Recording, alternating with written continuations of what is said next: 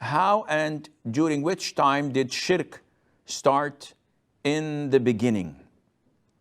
Well, we have a hadith that states that between Adam, peace be upon him, and Prophet Nuh, peace be upon him, there were 10 centuries.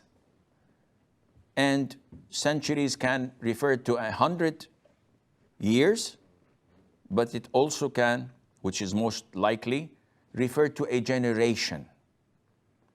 When the Prophet says, "Alayhi khayrul quruni qarni," those who want to translate qarn can say it's 100 years, a century.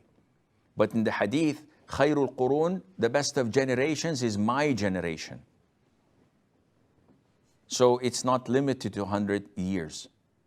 It's a generation of the companions, then the tabi'een, then the tabi'it tabi'een.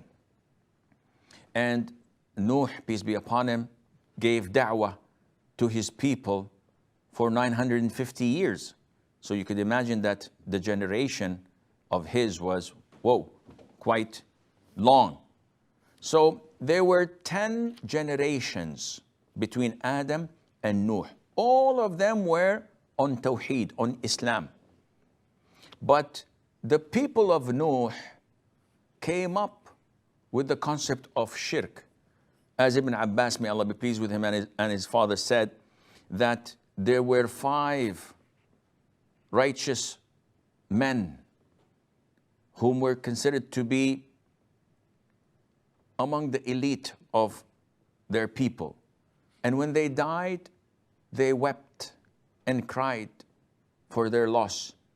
So Shaitan, the devil, came to them and said, "Why don't you build statues on their graves, so that whenever you see these statues, you remember how righteous they were, and you would increase in doing ibadah and worshiping Allah." So they liked the idea, and they did so.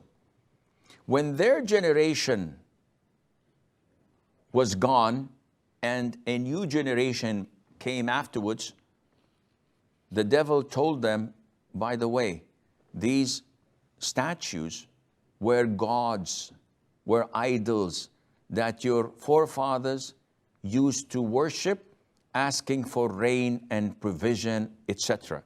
So this generation started worshiping them. So this is when shirk started, and Allah Azza wa Jal knows